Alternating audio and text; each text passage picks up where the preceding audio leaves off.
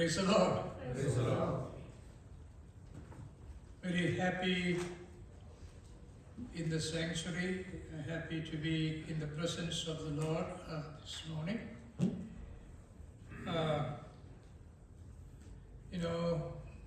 We are entering into a week, a new week, a week that is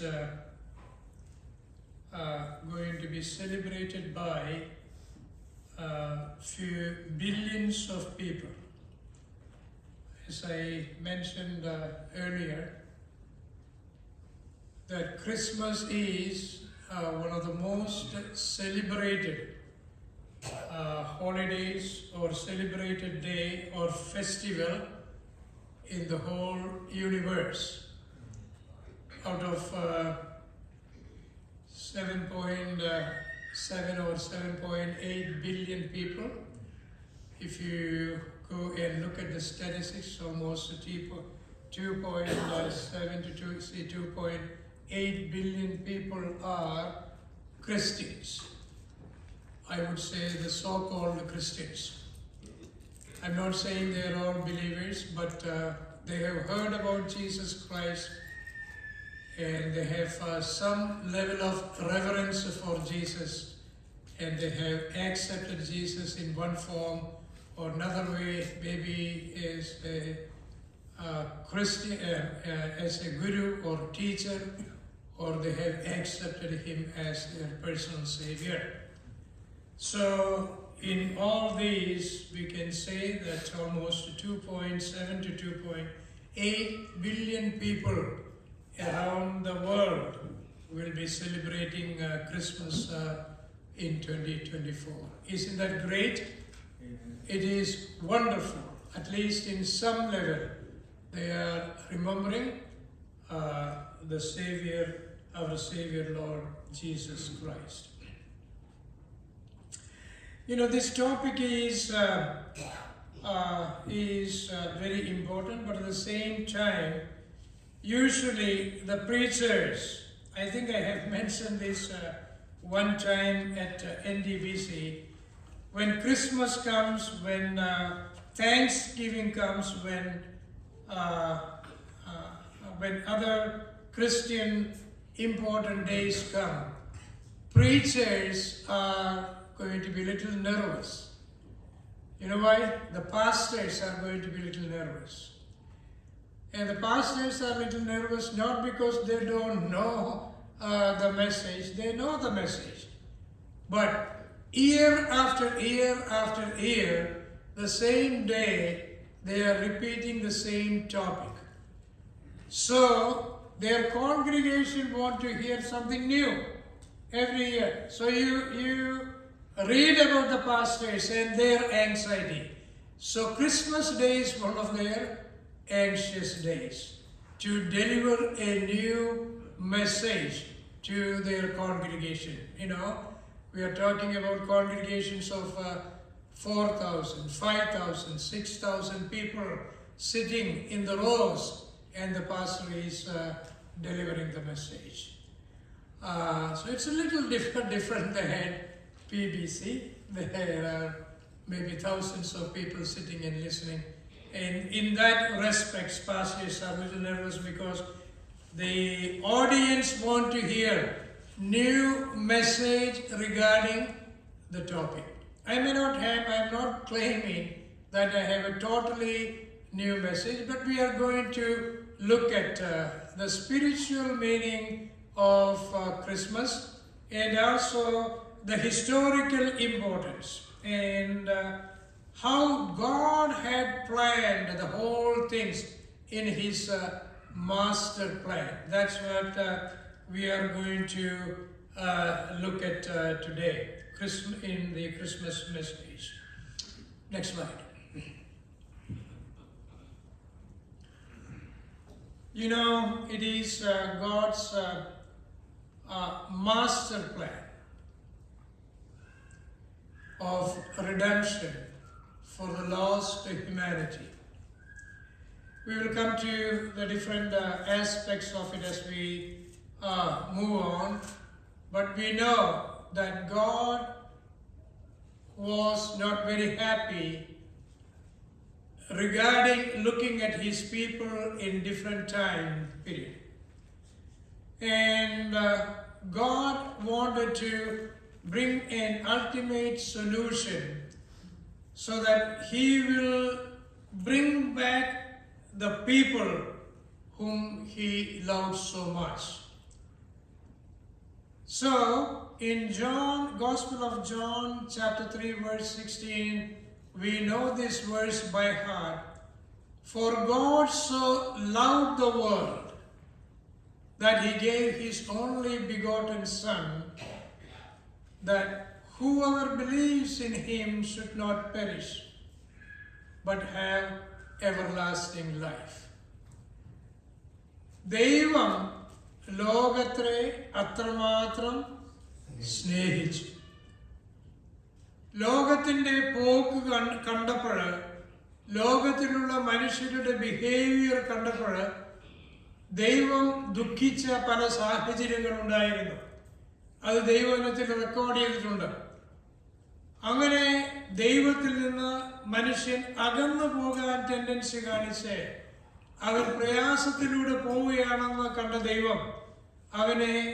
ദൈവം ആ മനുഷ്യരെ തങ്ങളിലേക്ക് വീണ്ടും permanent ആയിട്ട് കൊണ്ടുവരത്തക്ക രീതിയിൽ എന്ത് സൊല്യൂഷനാണ് നൽകേണ്ടതെന്ന് എന്നുള്ളത് ദൈവത്തിന്റെ മാസ്റ്റർ പ്ലാനിൽ ദൈവം ചിന്തിച്ചു. അതിന്റെ ഫലമായിട്ട് ദൈവം തന്റെ ഏകജാതനായ പുത്രനെ, for God so loved the world that he gave his only begotten Son, that whoever believes in him should not perish but have everlasting life. For God so loved the Lord. അത്രമാത്രം ദൈവം ലോകത്തെ സ്നേഹിച്ചു. നമുക്കറിയാം, ദൈവം മനുഷ്യനെ സൃഷ്ടിച്ചു. ദൈവം മനുഷ്യനെ സൃഷ്ടിച്ചപ്പോൾ ദൈവം മനുഷ്യനുമായിട്ടുള്ള ഫെലോഷിപ്പ് ഓൾവേസ് ആഗ്രഹിച്ചിരുന്നു. എന്നാൽ മനുഷ്യൻ തൻ്റെ സെൽഫിഷ്നെസ്സിൽ നിന്നും അതിൽ നിന്ന് ഉത്ഭവിച്ച പാപത്തിൻ്റെയും ഫലമായിട്ട് ദൈവത്തിൽ നിന്ന് മനുഷ്യൻ അകന്നുപോയ ആ മനുഷ്യന്റെ സ്ഥിതിയെ കണ്ട് ദൈവം പ്രയാസപ്പെട്ടു. ദൈവത്തിന് മനസ്സലിവുണ്ടായി. വീണ്ടും അവനെ തിരികെ കൊണ്ടുവരണം എന്നുള്ള ദൈവത്തിന്റെ മാസ്റ്റർ പ്ലാനാണ് നമ്മുടെ കർത്താവായ യേശു ക്രിസ്തു. For God so loved the world that he gave his only begotten Son, that whoever believes in him. വളരെ പ്ലെയിൻ ആയിട്ട് ദൈവം അത് വെച്ചു. യാതൊരു സ്ട്രിക്റ്റ് കണ്ടീഷൻസും ആ കാര്യത്തിൽ വെച്ചില്ല, അല്ലേ? അത് മനുഷ്യന് വിട്ടുകൊടുത്തു. നിങ്ങളുടെ ഫ്രീ വില്ല് പോലെയാണ്. എന്നാൽ ഞാൻ വലിയ ഒരു ത്യാഗം, എൻ്റെ മകൻ വലിയൊരു ത്യാഗം, അവൻ്റെ തന്നെ ജീവൻ നിങ്ങൾക്ക് വേണ്ടി മറുവിലയായി കൊടുക്കുകയാണ്. എന്നിട്ട് ദൈവം മനുഷ്യനെ ഫ്രീ വിൽ അനുവദിച്ചു. That whoever believes in him should not perish but have everlasting life. അങ്ങനെ സ്വയമായി അവനവൻ ജീവിക്കുന്നതായിട്ടുള്ള പരിതസ്ഥിതിയിൽ അവനവൻ ഏത് അവസ്ഥയിൽ ഇരിക്കുന്നു ആ അവസ്ഥയിൽ പശ്ചാത്തപിച്ച് ദൈവത്തെ ഏറ്റുപറഞ്ഞ് മുന്നോട്ട് വന്ന് കർത്താവിനെ സ്വീകരിക്കുന്ന ഏവനും എവർലാസ്റ്റിംഗ് ലൈഫ് ആ രീതിയിൽ ദൈവം പ്രഖ്യാപനം ചെയ്തു. അതിൻ്റെ ആദ്യപടിയായിട്ടാണ് ക്രിസ്തുമസ്. Christmas. For God so loved the world that he gave his only begotten Son. He gave his only begotten Son. അതിനു മുൻപ് that he sent his begotten Son into this world. Christmas ആ രീതിയിലാണ് നാം ഓർക്കുന്നത്, ദൈവത്തിൻ്റെ വലിയ കാര്യ പരിപാടി അനുസരിച്ച്. Next slide please. ഇനി ക്രിസ്മസിനെ കുറിച്ച് നാം ചിന്തിക്കുമ്പോൾ ഇത് പല ആംഗിളിൽ നിന്ന് നമുക്ക് ഈ സബ്ജക്റ്റ് നോക്കുവാനായിട്ട് സാധിക്കും. പെട്ടെന്ന് ഇങ്ങനെ ഒരു കാര്യം ഉണ്ടായി ദൈവം ഒരു സൊല്യൂഷൻ കൊണ്ടുവന്നതല്ല എന്നുള്ളതും നാം പല ആംഗിളിൽ കൂടി നാം ചിന്തിക്കുമ്പോൾ നമുക്ക് കാണുവാൻ തക്കവണ്ണം സാധിക്കും. ഒന്നാമത്, A group of people whom we call prophets. വേദപുസ്തകം നമ്മുടെ കയ്യിൽ കിട്ടുന്നതിന് മുൻപ് ദൈവിക ചിന്ത, ദൈവത്തിന്റെ ഹൃദയത്തിലിരിക്കുന്ന മനുഷ്യനെ കുറിച്ചുള്ള ആലോചന, മനുഷ്യനെ ദൈവം നൽകിയിരുന്നത് ഭാഗമായിട്ടാണ് എന്ന് പറഞ്ഞാൽ അല്പമായിട്ടാണ് എന്ന് എബ്രായ ലേഖനത്തിൽ നാം വായിക്കുന്നുണ്ട്. എബ്രായ ലേഖനത്തിൽ പറയുന്നു, പ്രവാചകന്മാരിലൂടെ ഭാഗമായിട്ട് ദൈവം നമ്മോട് സംസാരിച്ചു. അങ്ങനെ കർത്താവിനെ കുറിച്ച്, ഈ ക്രിസ്തുമസിനെ കുറിച്ചും ദൈവം ഭാഗമായിട്ട് പ്രവാചകന്മാരിലൂടെ നമ്മോട് സംസാരിച്ചിട്ടുണ്ട്. ഒന്ന്, ഐസയ്യ ചാപ്റ്റർ 9 വേഴ്സ് 6 നാം വായിക്കുന്നുണ്ട്. It says that Jesus will be born as a baby. Years ago, almost 700 years ago, ഐസയ്യ പ്രവാചകൻ ഇത് പ്രവചിച്ചു. ഒരു കുഞ്ഞായിട്ട് കർത്താവ് ജനിക്കും എന്ന് ഐസയ്യ പ്രഖ്യാപിച്ചു. അത് നമുക്ക് ഐസയ്യ ചാപ്റ്റർ 9:6 നമുക്ക് കാണാനായിട്ട് സാധിക്കും. അപ്പോൾ ഒരു ബേബിയായിട്ട് കർത്താവ് വരും എന്ന് പ്രവാചകൻ അല്പമായിട്ട് പറഞ്ഞു.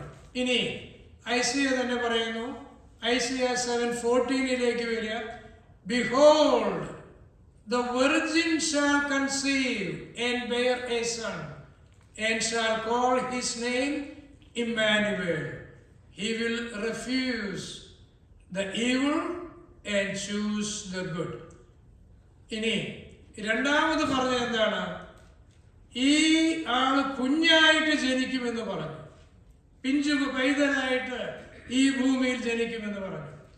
ഐസയ്യ തന്നെ പറയുകയാണ്, ഇത് സാധാരണ ജനനമല്ല, ഇതൊരു പ്രത്യേക ജനനമാണ്. എന്താണ് പ്രത്യേക ജനനം? ഒരു വെർജിനാണ് ഈ കുഞ്ഞിനെ പ്രസവിക്കുവാനായിട്ട് പോകുന്നത്. Behold, the virgin shall conceive and bear a son. ലോകത്തിനെ ഇതൊരു പക്ഷെ എടുക്കാനായിട്ട് പ്രയാസമായി എന്ന് വരാം. എന്നാൽ ദൈവിക കാര്യപരിപാടിയുടെ അന്തസത്ത പലപ്പോഴും നാം നോക്കുമ്പോൾ മനുഷ്യന് ദൈവിക പ്ലാൻ, എല്ലാ പ്ലാനും മനസ്സിലാകാൻ പ്രയാസമാണ്. അവന്റെ ബുദ്ധി ഇത്രയ്ക്കുള്ള ലിമിറ്റേഷൻസ് ഉണ്ട് കാര്യങ്ങളിൽ. ഇത് അതിനപ്പുറം ചിന്തിക്കുവാൻ തക്കവണ്ണം ഉള്ള കാര്യങ്ങളിലേക്ക് ദൈവം ഈ പ്രത്യേക സാൽവേഷൻ, മനുഷ്യന് ഒരുക്കിയിരിക്കുന്ന സാൽവേഷൻ ദൈവം ആ മാസ്റ്റർ പ്ലാനിൽ ഉൾപ്പെടുത്തിയിരുന്നു എന്ന് കാണുവാൻ സാധിക്കും. Behold, the virgin shall conceive and bear a son, and shall call his name Emmanuel. He will refuse the evil and choose the good. ഈ ജനിക്കുന്നതായിട്ടുള്ള കുഞ്ഞിനെ, ഈ ജനിക്കുന്നതായിട്ടുള്ള ബേബിക്ക് ഒരു പ്രത്യേകതയുണ്ട്. ഈ ബേബി ഇനി വളരുവാൻ പോവുകയാണ്. വളരുന്ന കാലം മുഴുവൻ ഒരു പ്രത്യേക ക്യാരക്ടറിസ്റ്റിക് ഈ കുഞ്ഞു വെളിപ്പെടുത്തും. എന്താണത്? അവനെ he will refuse the evil. evil, മോശമായത്, പാപമായത്, തെറ്റായത് അവൻ മാറ്റിവെക്കും. പിന്നെ and he will choose the good. വലിയ കാര്യപരിപാടിയുടെ ആ പ്ലാനിൽ അടങ്ങിയിരിക്കുന്ന ക്യാരക്ടറിസ്റ്റിക്കാണ് ദൈവം ഐസയിലൂടെ വെളിപ്പെടുത്തുന്നത്. 3, മീഖയിലേക്ക് നാം വരുമ്പോൾ മീഖ പ്രവചനത്തിൽ പറയുന്നു, മീഖ 5:2, But you Bethlehem, നമ്മൾ ഇന്ന് അത് ആരാധനയ്ക്ക് വായിച്ചു. But you Bethlehem, though you are little among the thousands of Judah, yet out of you shall come forth to me the one to be ruler in Israel. ഇതെപ്പോഴും പറഞ്ഞേ, ഏകദേശം 800 വർഷം മുമ്പ് ക്രിസ്തുവിന്റെ ജനനത്തിന് 800 വർഷം മുമ്പ് മീഖ പ്രവാചകൻ പറഞ്ഞു. ഐസയ പറഞ്ഞ കാര്യത്തിനോട് കൂട്ടിച്ചേർത്ത് അല്ലെങ്കിൽ അതേ വേവ് ലെങ്തിൽ അതേ കാര്യത്തെക്കുറിച്ച് മൈക്ക പറയുകയാണ്. ഈ കുഞ്ഞ് ജനിക്കാൻ പോകുന്നത് എവിടെയാണ്? ബെത്ലഹേം. അപ്പൊ 3 സ്പെസിഫിക്സ് ആയി അല്ലെ. ഈ കുഞ്ഞ് ഈ ദൈവം മനുഷ്യന് കരുതിയിരിക്കുന്നതായിട്ടുള്ള God so loved the world that he gave his begotten son. ആ begotten son വരുന്നതിനെ 3 ക്ലിയർ സ്പെസിഫിക്കേഷൻസ് ഐസയ, മൈക്ക എന്നീ പ്രവാചകന്മാരിലൂടെ ദൈവം ഭാഗമായി കാര്യം സംഭവിക്കുന്നതിന് മുമ്പ് 700 മുതൽ 800 വർഷം മുൻപേ പ്രവചിച്ച് മനുഷ്യന് നൽകി. How wonderful it is. കുഞ്ഞായി ജനിക്കും, ബെത്ലഹേമിൽ ജനിക്കും. ഇനി a virgin will bring the son forward, or she will give birth to this baby. 3 പ്രത്യേക കാര്യങ്ങൾ. ഇത് കർത്താവിനെ സംബന്ധിച്ച് നാം സുവിശേഷങ്ങളിലേക്ക് വരുമ്പോൾ നമുക്ക് വളരെ ഭംഗിയായിട്ട് അറിയാം. അതുകൊണ്ട് ആ ഭാഗങ്ങളിലേക്ക് ഞാൻ ഇന്ന് കടന്നു പോകുന്നില്ല. പ്രത്യേകിച്ച് മത്തായി സുവിശേഷം, ലൂക്കോസ് സുവിശേഷം, ഈ 2 സുവിശേഷങ്ങളിലാണ് കർത്താവിന്റെ ജനനത്തെ കുറിച്ച് വളരെ വിശദമായി പറഞ്ഞിട്ടുള്ളത്.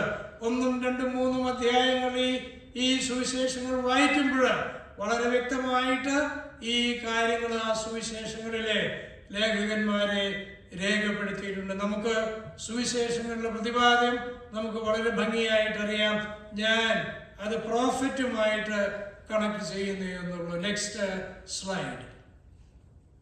ഇനി എന്താണ് ദൈവം ആ രീതിയിൽ മനുഷ്യന് വേണ്ടി ഈ കാര്യങ്ങൾ ഒരുക്കുവാനായിട്ട് കാരണം? എപ്പോഴും നാം ചിന്തിക്കേണ്ടത്, ദൈവം ഏതനിൽ മനുഷ്യനെ സൃഷ്ടിച്ച് ആക്കിയപ്പോൾ ദൈവം എപ്പോഴും മനുഷ്യനുമായിട്ടുള്ള ബന്ധത്തിലും മനുഷ്യനുമായിട്ടുള്ള ഫെലോഷിപ്പിലും ദൈവം മുന്നോട്ട് പോകാൻ ആഗ്രഹിച്ചതാണ് എന്ന് നമുക്ക് വായിക്കുവാനും മനസ്സിലാക്കുവാനും സാധിക്കും. മനുഷ്യൻ ദൈവത്തിന്റെ വലിയ ശ്രേഷ്ഠമായ സൃഷ്ടിയാണ്. മനുഷ്യനുമായിട്ടുള്ള ബന്ധത്തിൽ മുന്നോട്ട് പോകണമെന്ന് സൃഷ്ടിയുടെ ആദ്യ നാൾ മുതൽ ദൈവം ആഗ്രഹിച്ചു. എന്നാൽ കാലങ്ങൾ കഴിഞ്ഞപ്പോൾ മനുഷ്യന്റെ സെൽഫിഷ്നെസ് വളർന്നപ്പോൾ, റെബലിയസ് ആറ്റിറ്റ്യൂഡ് വളർന്നപ്പോൾ, സിൻ വളർന്നപ്പോൾ എന്തുണ്ടായി?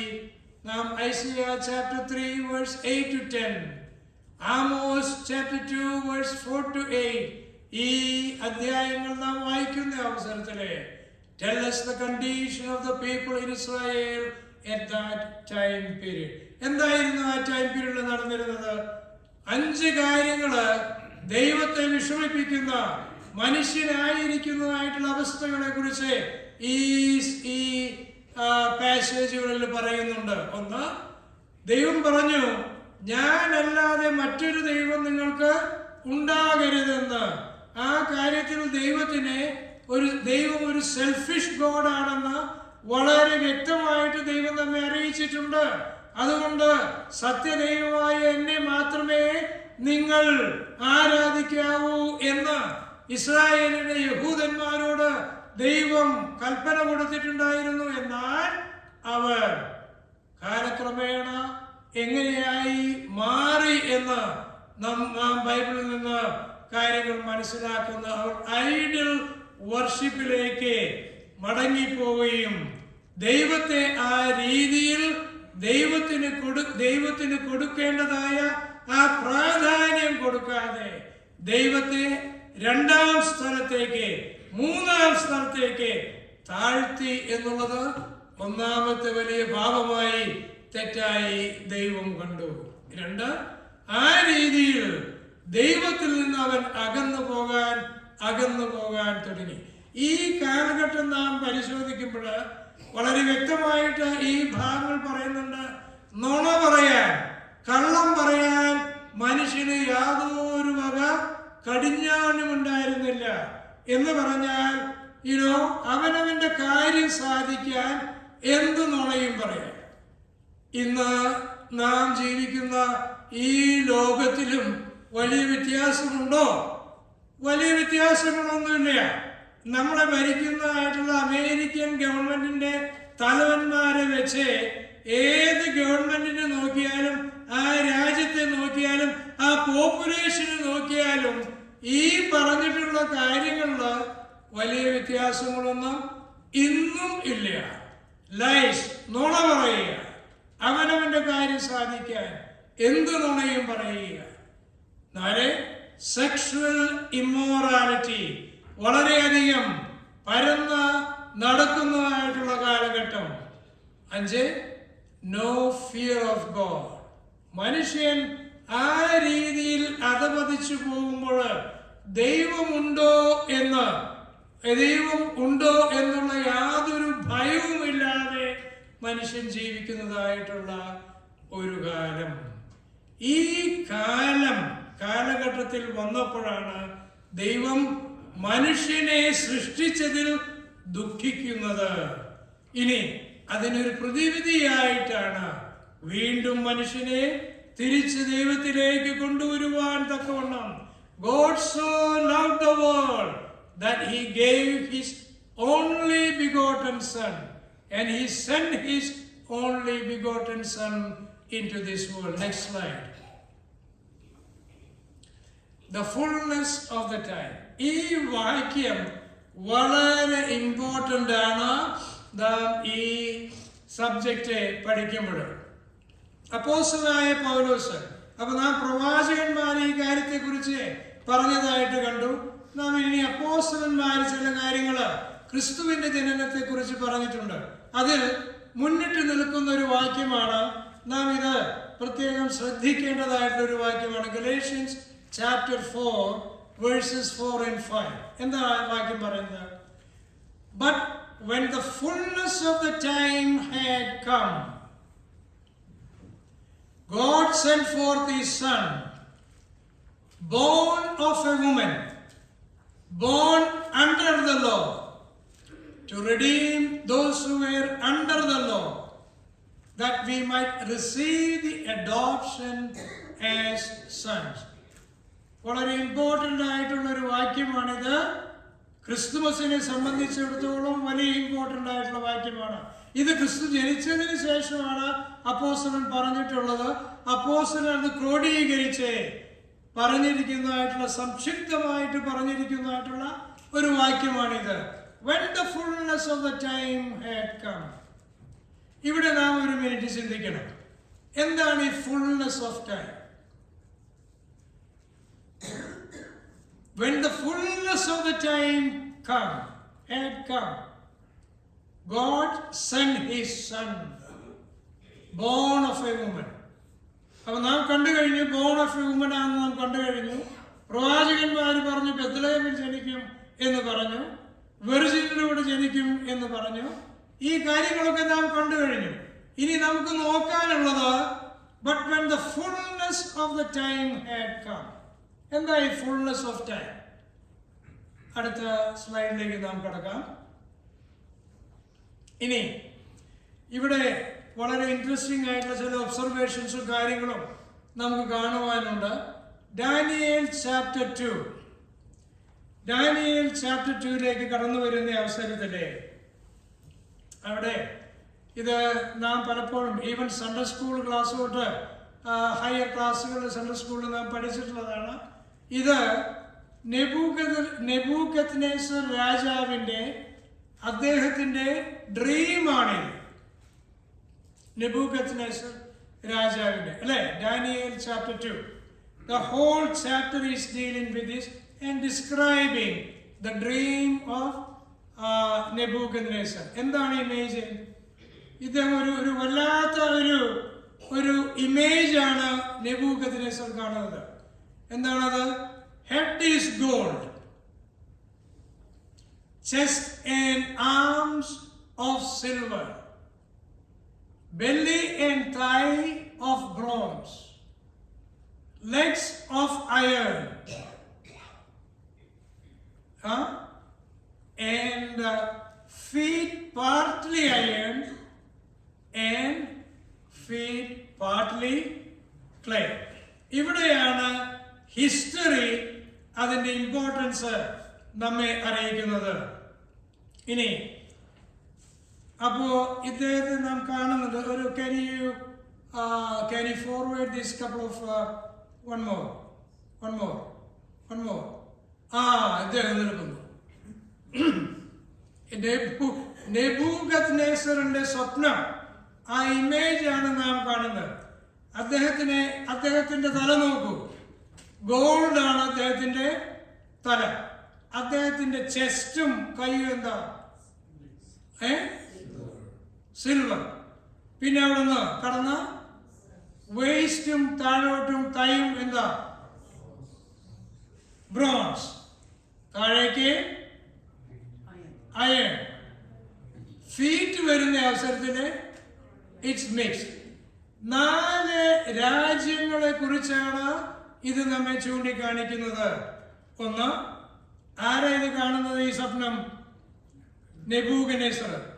ഇത് വായിക്കുമ്പോൾ വളരെ ഇൻട്രസ്റ്റിംഗ് ആയിട്ട് തോന്നും ഈ ഡ്രീം അദ്ദേഹം കണ്ടു. നേരം കൊടുത്ത് നോക്കിയപ്പോൾ പുള്ളിക്ക് ഓർമ്മയില്ല എന്താണ് ഡ്രീം എന്നുള്ളത്. പുള്ളി വേദനാജപ്പെടാൻ തുടങ്ങി. രാജ്യത്തുള്ള എല്ലാ മന്ത്രവാദികളെയും എല്ലാ ബുദ്ധിമാന്മാരെയും വിളിച്ചുകൂട്ടി ഇദ്ദേഹം കണ്ട സ്വപ്നം പറയണം. ആർക്കും പറയാൻ ഒക്കുന്നില്ല.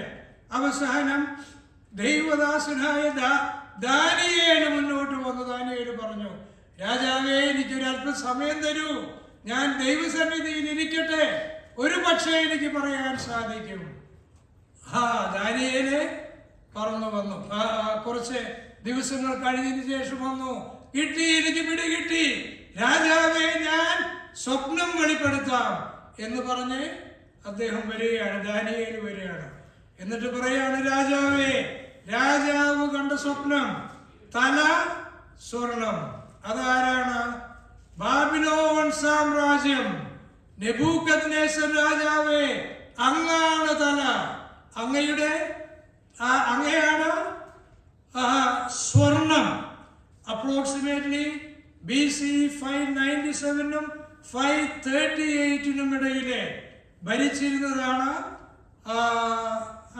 പിന്നെ ബാബിലോൺ രാജാവായ Nebuchadnezzar. Neo-Babylon Empire conquered the kingdom of Judah and forced a large number of Judeans into the exile in Babylonia. Emperor Nebuchadnezzar too conquered Jerusalem, destroyed Jerusalem temple. Today Babylon is located within modern-day Iraq, 80 kilometers south of Baghdad. Along the Euphrates River, Tower of Babel was here. So, ഇത് അല്പം ചരിത്രം, ഇത് നാം ഈ വിഷയം പഠിക്കുമ്പോൾ മനസ്സിലാക്കുന്നത് നല്ലതാണ്. അപ്പോൾ ബാബിലോൺ രാജാവായിരുന്നു അദ്ദേഹം. ദാനിയേൽ പറഞ്ഞു, രാജാവാണ് ഇപ്പോൾ ഇരിക്കുന്നതായിട്ടുള്ള ആ ഗോൾഡ്, ആ ഹെഡ്. എന്നാൽ ഇത് മാറിപ്പോകും, ഇതെക്കാലവും ഇരിക്കാൻ പോകുന്നില്ല. ഇനി രണ്ടാമത് വരുന്നത് പേർഷ്യൻ എംപയർ.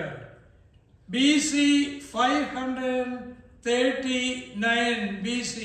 എന്താണ് ഈ പേർഷ്യൻ എംപയർ?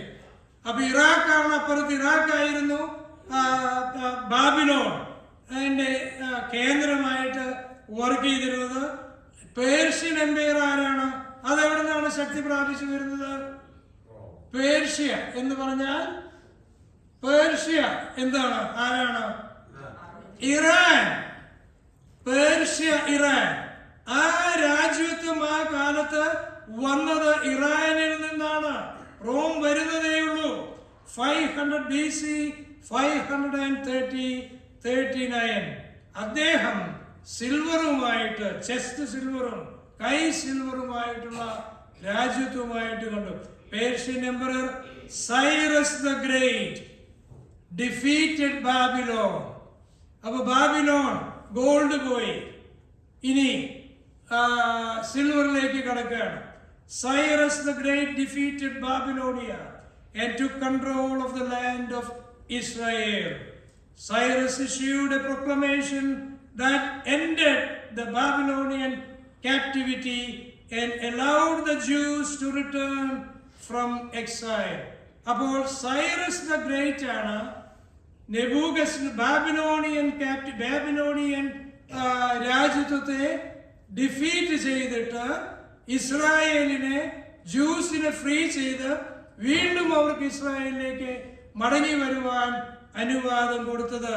ബാബിലോണിയൻ ക്യാപ്റ്റിവിറ്റി അവിടെ അവസാനിക്കുകയാണ്. 516 BC the second temple was established. അത് ഒത്തിരി ഡീറ്റെയിൽസ് അതിലേക്ക് കടന്നു പോകാനുണ്ട്. സബ്ജക്റ്റ് അതല്ലാത്തത് കൊണ്ട് ആ ഭാഗത്തേക്ക് ഞാൻ കടന്നു പോകുന്നില്ല. അപ്പൊ നാം സ്വർണം കണ്ടു, ഒരു രാജ്യത്വം ബാബിലോണിയൻ മാറി. രണ്ടാമത് നാം സിൽവർ കണ്ടു, അത് പേർഷ്യൻ സാമ്രാജ്യം, അത് മാറി. ഇനി മൂന്നാമത് വരികയാണ് 329 BC the Greek emperor Alexander the Great conquered Israel. 329. അപ്പൊ അദ്ദേഹത്തിന്റെ ഇത് വരുമ്പോ എന്താ അദ്ദേഹത്തെ വിശേഷിപ്പിച്ചിരിക്കുന്നത്? എവിടെയാ? ഇവിടെ കൊണ്ട് താമ്രം കൊണ്ട് അല്ലേ, കൊണ്ട് അയേൺ ആയിട്ടുള്ള ഇവിടെ നിന്നുള്ള വേസ്റ്റ് മുതൽ താഴോട്ട് അത് പിന്നെ താമ്രം കൊണ്ടും അയേൺ കൊണ്ടും ഉള്ള ഒരു രാജ്യത്വത്തെക്കാണ് കാണിക്കുന്നത്. അപ്പോൾ ഇവിടെ നാം മനസ്സിലാക്കേണ്ട മറ്റൊരു കാര്യം, ഈ കിങ്ഡംസിലൂടെ കടന്നു പോകുമ്പോൾ ജൂസ് ദൈവത്തിന്റെ മക്കൾ ഈ കിങ്ഡംസ് കൊണ്ടുവരുന്നതായിട്ടുള്ള അവർ ഇവരുടെ മേൽ ഇമ്പോസ് ചെയ്യുന്നതായിട്ടുള്ള രണ്ട് കാര്യങ്ങൾ പ്രത്യേകം ഹിസ്റ്ററി വിളിച്ച് പറയുന്നുണ്ട്. ഒന്ന് ലാംഗ്വേജ്, രണ്ട് കൾച്ചർ. ഇത് രണ്ടും ഇവരുടെ മേൽ അടിച്ചേൽപ്പിക്കുന്നുണ്ട് യഹൂദ ജനത്തിന്റെ മേലെ. അതനുസരിച്ച് യഹൂദന്മാരും കറങ്ങിക്കൊണ്ടിരിക്കുകയാണ്. അതിലെ ഒരു ഗ്രൂപ്പും അലക്സാണ്ടർ ഗ്രീക്ക് ടൈം വന്നപ്പോൾ BC 329 BC ഓൺവേഴ്സ് താഴോട്ട് ഇങ്ങനെ വരുന്ന അവസരത്തിലെ അലക്സാണ്ടർ കിങ്ഡം വളരെ വലുതാക്കി. അപ്പോഴ് ഗ്രീക്ക് ഭാഷയ്ക്ക് ഇമ്പോർട്ടൻസ് കൂടുവാൻ തുടങ്ങി. അലക്സാണ്ടർ കീഴടക്കിയ ആ വലിയ സാമ്രാജ്യത്തിൽ ഗ്രീക്കിന് പ്രാധാന്യം വരാൻ തുടങ്ങി. അവിടെയാണ് നാം വീണ്ടും ബൈബിളിലേക്ക് തിരിച്ചു വരേണ്ടത്. ബൈബിളിൽ പ്രവാചകന്മാർ പ്രവചിച്ചു. എങ്ങനെ പ്രവചിച്ചു? അവർ ഭാഗമായിട്ട് പ്രവചിച്ചു. അവർ എഴുതി. ഏത് ലാംഗ്വേജിൽ അവർ എഴുതി? അവർ എഴുതി എബ്രായ ലേഖനയിൽ, എബ്രായ ഭാഷയിൽ. ഇസ്രായേലിന്റെ ജൂസിന്റെ ഹീബ്രു ലാംഗ്വേജിൽ പ്രവാചകന്മാർ അല്പമായി ഭാഗമായി ശകലമായി എഴുതി വെച്ചു. എന്നാൽ BC 329 വന്നപ്പോൾ Alexander the great or the Greek emperors രാജ്യം ആ റീജിയൻ ഭരിക്കാൻ തുടങ്ങിയപ്പോൾ അന്ന് റോം മുതൽ അന്ന് യൂറോപ്പ് മുതൽ അങ്ങോട്ട് മിഡിൽ ഈസ്റ്റ്, അങ്ങോട്ട് ആഫ്രിക്ക, അങ്ങോട്ട് ഈസ്റ്റ് വരെ north west India including Pakistan ഇപ്പോഴത്തെ ആ രാജ്യം വരെ അലക്സാണ്ടർ ദ ഗ്രേറ്റിന്റെ കിങ്ഡം ഇങ്ങനെ വലുതായി വളർന്നു പിടിച്ചിരുന്നു. അപ്പോൾ ഗ്രീക്ക് ഭാഷയ്ക്ക് വളരെ പ്രാധാന്യമുണ്ടായി. അതുവരെ അല്പമായി ഹീബ്രുവിൽ പ്രവാചകന്മാർ എഴുതി വെച്ചിരുന്നതായിട്ടുള്ള ലേഖനങ്ങൾ എഴുത്തുകൾ അത് ഗ്രീക്കിലേക്ക് ട്രാൻസ്ലേറ്റ് ചെയ്യാൻ തുടങ്ങി.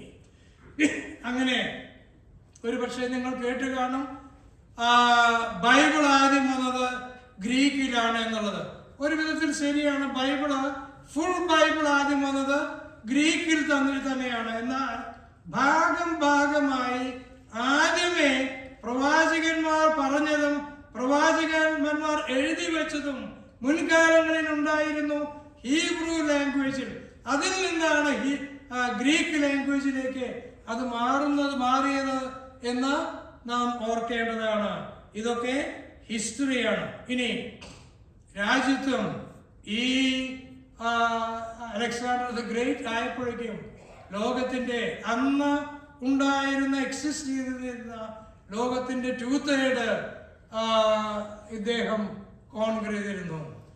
ഗലാത്യ ലേഖനത്തിലേക്ക് വീണ്ടും നാം കടന്നു വന്ന് നാം ചിന്തിക്കുമ്പോൾ അപ്പോസ്തലൻ പറയുന്ന ആ വാക്യം എന്താണ്? കാലത്തിന്റെ തികവിങ്കൽ, when the fullness of the time came.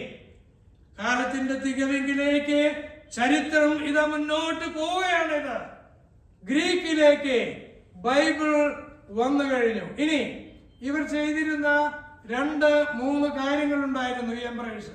എന്താണ്? ഒന്ന് ഞാൻ പറഞ്ഞു, കൾച്ചർ അവരെ പടർത്തി. 2, ലാംഗ്വേജിനെ അവർ വളരെ ഇമ്പോർട്ടൻസ് കൊടുത്തു. അവർ പിടിച്ചു പറ്റിയ രാജ്യങ്ങളിൽ മുഴുവൻ അവരുടെ ലാംഗ്വേജ് പരക്കുവാനായിട്ട്. ഇനി റോമൻ സാമ്രാജ്യം വന്ന കാലഘട്ടത്തിൽ പേർഷ്യൻ സാമ്രാജ്യത്തെക്കാൾ റോമൻ കാലഘട്ടത്തിലെ ഇൻഫ്രാസ്ട്രക്ചർ വളരെ ഭംഗിയായിട്ട് അവർ എസ്റ്റാബ്ലിഷ് ചെയ്യാൻ തുടങ്ങി. റോഡുകൾ പണിയാൻ തുടങ്ങി, വലിയ കെട്ടിടങ്ങൾ വയ്ക്കുവാൻ തുടങ്ങി, അങ്ങോട്ടും ഇങ്ങോട്ടും ട്രാവലിനുള്ള അവസരങ്ങൾ വർദ്ധിക്കുവാൻ തുടങ്ങി. അങ്ങനെയുള്ളതായ സമയം വന്നപ്പോൾ ദൈവം കാണുകയാണ്, the fullness of the time is coming. Gospel എന്റെ മകനെ ഞാൻ അയക്കുമ്പോൾ ലോകം മുഴുവൻ നടുങ്ങുവാൻ പോകുകയാണ്. രാജാക്കന്മാർ പേടിക്കുവാൻ പോകുകയാണ്. ലോർഡ് ഓഫ് ലോർഡ്സ് ആയിട്ടാണ് എന്റെ മകനെ ഞാൻ ഈ ലോകത്തിലേക്ക് അയക്കുവാൻ പോകുന്നത്. അതിന് ലോകം ഒരുങ്ങിക്കഴിഞ്ഞിട്ടുണ്ടോ എന്ന് മാസ്റ്റർ പ്ലാനിൽ ദൈവം ചിന്തിക്കുന്നു. When the fullness of time came, God sent his son. God sent his son into this world. അപ്പോൾ fullness of ടൈമിനെ നാം മനസ്സിലാക്കേണ്ടത്, ഈ രാജ്യങ്ങൾ ഇസ്രായേലിനെ പിടിച്ചു, അവരെ അടക്കി ഭരിച്ചു, അവരെ മതിച്ചു, അവരിൽ വ്യത്യാസങ്ങൾ ഉണ്ടാക്കി, അവർ തെറ്റിപ്പോയി ഒക്കെ ആണ് എന്ന് വരികിൽ തന്നെ ആ കാലഘട്ടത്തിൽ ദൈവം മനുഷ്യൻ എവിടെ നിൽക്കുന്നു എന്ന് ഇവാലുവേറ്റ് ചെയ്ത്, ഇപ്പോൾ എൻ്റെ മകനെ അയച്ചാൽ ഇത് വലിയൊരു വാർത്തയായിരിക്കും. ഭൂമിയിലെ രാജാക്കന്മാരെ നടുക്കുന്ന വാർത്തയാണിത്. കാരണം ഈ കർത്താവ് പോയിട്ട് പറയാൻ പോകുന്നത് എന്താണ്? I am the King of Kings. ഇത് നല്ല വാർത്തയൊന്നുമല്ല, ആണോ? റോമൻ എംപറേഴ്സിന് കേൾക്കുവാൻ സന്തോഷമുള്ള വാർത്തയല്ലത്. റോമൻ സാമ്രാജ്യം ഭരിച്ചുകൊണ്ടിരിക്കുന്ന അവസരത്തിലാണ് കർത്താവ് പ്രത്യക്ഷപ്പെടുന്നത്.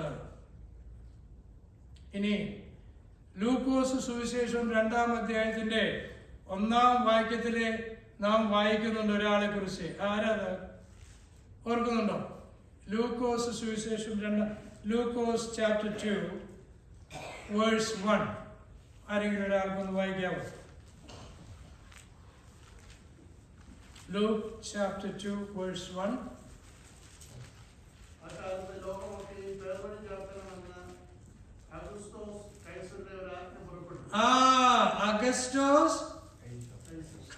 അഗസ്റ്റോസ് കൈസർ അല്ലേ?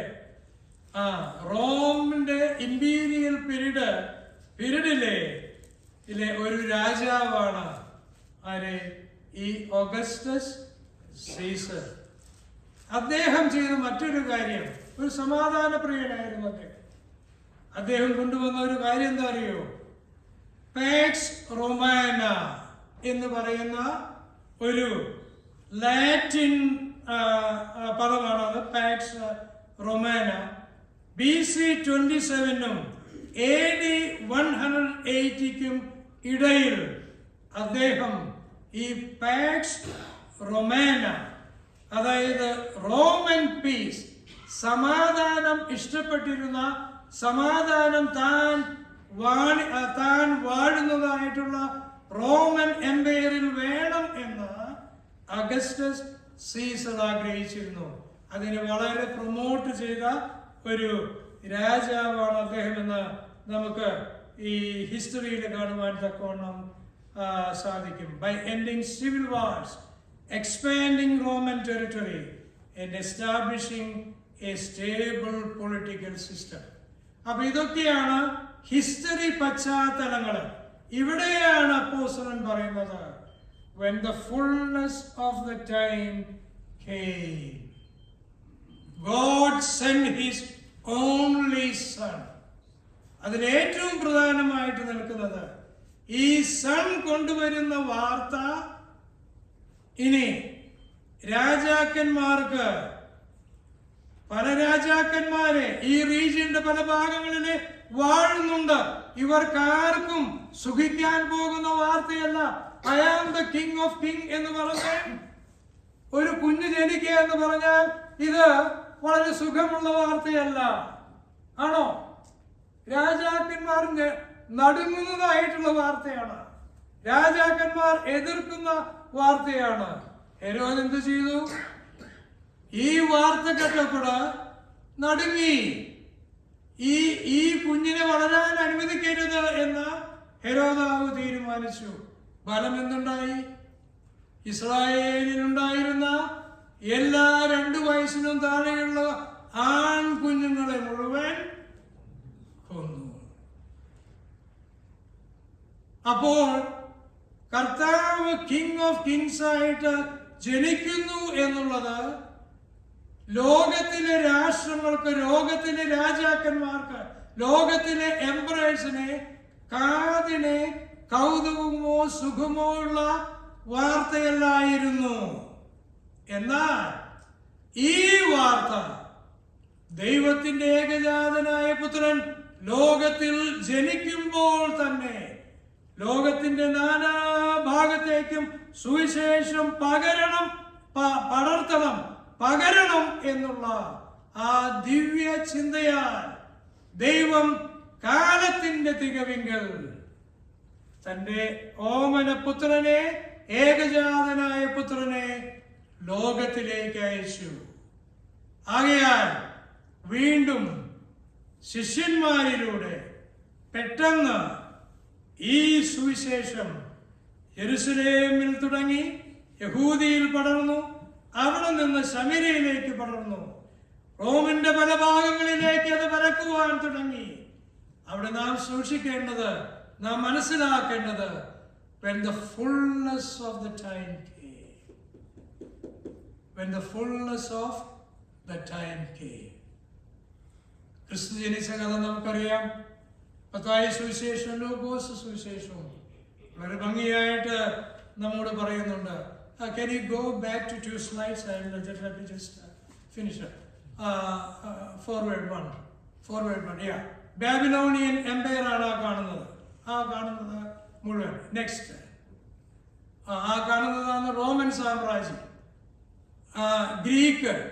ഗ്രീക്ക് പടരുവാനും ഗ്രീക്ക് ഫിലോസഫി വരുവാനും അന്യദൈവങ്ങൾ ഉണ്ടാകുവാനും ഒക്കെയുള്ള രാജ്യമാണ്, സാമ്രാജ്യമാണ് കാണുന്നത്. Next slide please. അപ്പൊ 4 കിങ്ഡം നാം കണ്ടു കഴിഞ്ഞു. ഒരു കിങ്ഡം തലയിൽ ഗോൾഡ്, ഒരു കിങ്ഡം സിൽവർ ചെസ്റ്റിലെ, ഒരു കിങ്ഡം താമ്രം അയൺ, പിന്നെ അയണും പിന്നെ ക്ലേയുമായിട്ടുള്ള ഒരു കിങ്ഡം. ആ കിങ്ഡങ്ങൾ ഒന്നും നിലനിൽക്കുന്ന കിങ്ഡങ്ങളല്ല. ഇതെല്ലാം ഒന്നിനു പുറകെ ഒന്ന്. ഈ കിങ്ഡങ്ങളെല്ലാം പോകും. ഇനി വരുന്നു ഏത് kingdom? Number 5, God's kingdom. Kingdom of God. And the kingdom of God is on earth by the birth of Lord Jesus Christ. That is the Christmas. Kingdom of God is on the earth.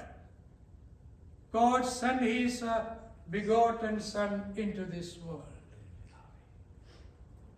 and gave the everlasting life. And God sent His only Son into this world that He would become the King of Kings, and His kingdom going to be everlasting kingdom. And that is the fifth kingdom, kingdom of God on earth. Kingdom of God on earth. ബത്ലഹേമിൽ പുൽക്കൂട്ടിൽ മേജറിൽ ശിശുവായി കന്യകയിൽ നിന്ന് പിറന്ന ഷെപ്പേർഡ്സിനെ ദൈവം കാട്ടിക്കൊടുത്തു. അത് ലോകം മുഴുവൻ കൊടുന്നനവെ രാജാക്കന്മാർക്ക് ഭീതിയായി പടരുവാൻ തുടങ്ങി. God's kingdom on earth, everlasting kingdom. Brothers and sisters, let me just stop it here. I can go on and on this topic. There is a vast number of pages I have studied on this topic, but I am, we have to stop it here. I have been doing for almost 50 minutes. Devam, God so loved the world that He sent His only begotten Son into this world, and He gave the everlasting life to the whole humanity. It's man's free will. Whosoever believes in it can accept that, and they will not perish, and they will have everlasting life. ആ everlasting life സ്വീകരിപ്പാൻ, ആ കിങ്ഡത്തിലേക്ക് കടന്നു വരുവാൻ എന്നെയും നിങ്ങളെയും ദൈവം വിളിക്കുകയും നാം ആ വിളി കേൾക്കുവാൻ തക്കവണ്ണം നമുക്ക് ഭാഗ്യം ലഭിക്കുകയും ചെയ്തു എന്നുള്ളത് ചെറിയ കാര്യമല്ല, ബ്രദേഴ്സ് ആൻഡ് സിസ്റ്റേഴ്സ്. പുൽക്കൂട്ടിൽ നമ്മുടെ കർത്താവ് brought the kingdom of God on earth, and that is the everlasting kingdom, going to be the everlasting kingdom. God's name be glorified. Amen.